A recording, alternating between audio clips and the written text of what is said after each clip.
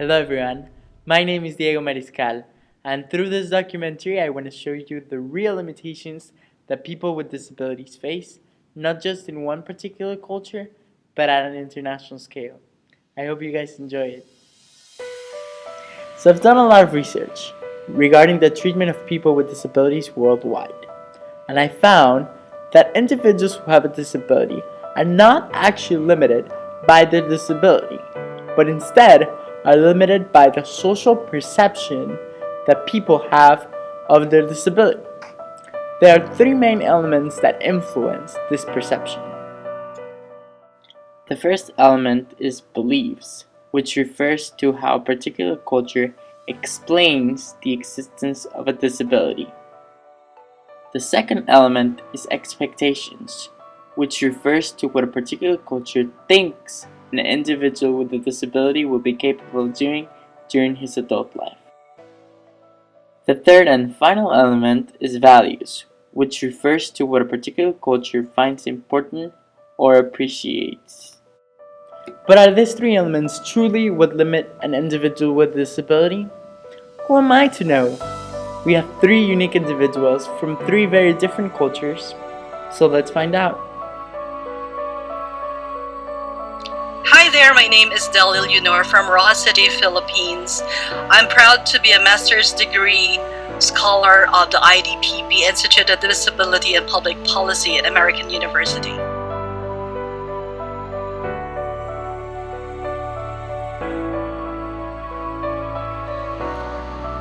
Well, we have encountered a movie, actually it was done 3 times or 4 times in the movie industry, and it's been one in TV for quite some time. It's about a disabled lady, and she becomes a superhero. So that's how they portray the persons with disability in the Philippines.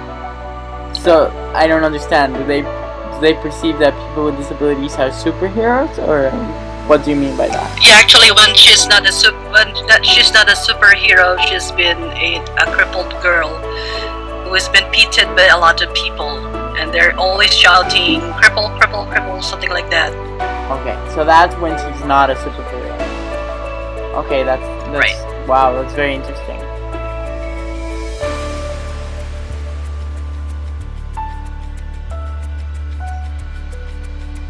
Well, actually, there are 2 things that makes that happen, because sometimes when you are disabled, they say that you're just a curse, or sometimes if you're not a disabled person and you're a normal person that becomes disabled, you have a karma, or because you don't pray hard, or you have done something bad.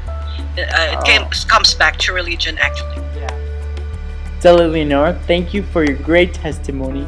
I really think that your example about religion showed us how some cultures don't really understand where disability comes from, and that can really have a strong impact on how people with disabilities are perceived.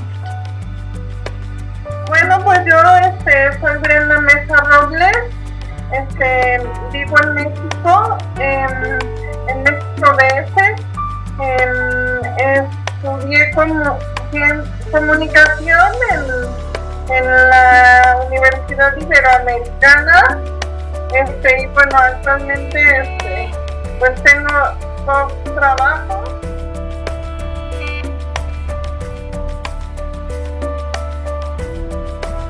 Cuando yo estaba estudiando la carrera en una universidad tan importante como es la Ibero aquí en México, tuve un profesor que me decía: es que yo no sé qué estás haciendo aquí, tú no vas a conseguir trabajo.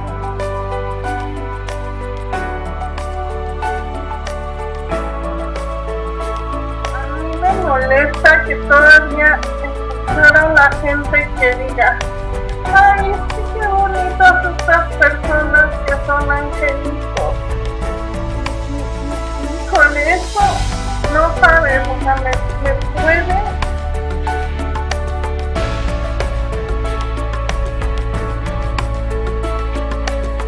Es un tema del que la verdad también a mí poco me gusta hablar porque pues duele, porque yo no no he podido tener así como que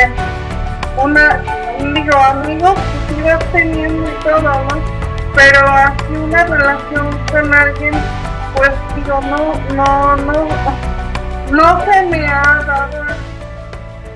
Brenda, muchísimas gracias por compartir tu historia. En verdad creo que tu anécdota del profesor nos enseña cómo la sociedad no está lista para entender lo que las personas con discapacidad son verdaderamente capaces de hacer, y pues esto obviamente tiene un impacto negativo hacia la persona con discapacidad. Hi, my name is Lydia Brown. I'm autistic. I'm a student at Georgetown University. I interned for the Autistic Self-Advocacy Network, and I've written legislation.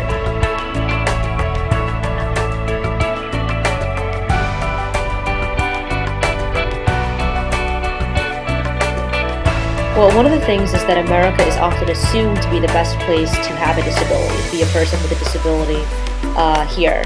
But people with disabilities routinely face stereotypes of being presumed incompetent and incapable of accomplishing anything in their lives.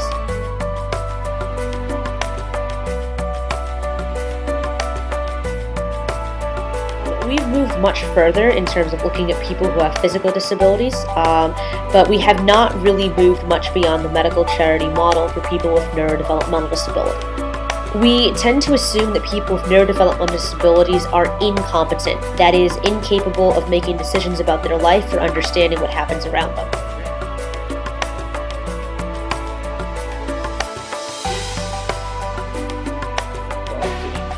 Well, from the 19th to the 20th century, America became an industrialized nation. So our public education system completely changed in order to accommodate the need to produce workers to work in factories, doing mind-numbing repetitive tasks. So if we're mass-producing education, we're mass-producing people to fit a particular mold. There's very little room for deviation from that mold, particularly in terms of ability, physical or neurological. In terms of physical disability, however, we've moved longer in that you can look at someone in a wheelchair and you can say, we need to build a ramp, or you can look at somebody who has a thin white cane and think we need to print this in Braille. But it's much harder for us to look at someone who has a neurological difference that is invisible to say, we need to maybe change the way we're communicating or the way we're giving information, because suddenly that deviates from this mass-produced model and that person becomes a problem in an industrialized society as opposed to a positive difference. Thank you so much for sharing. I truly think that you had some great insight, and I think that the fact that you mentioned about this culture of mass production really shows us how a value of a culture can have a significant impact on how people with disabilities are perceived.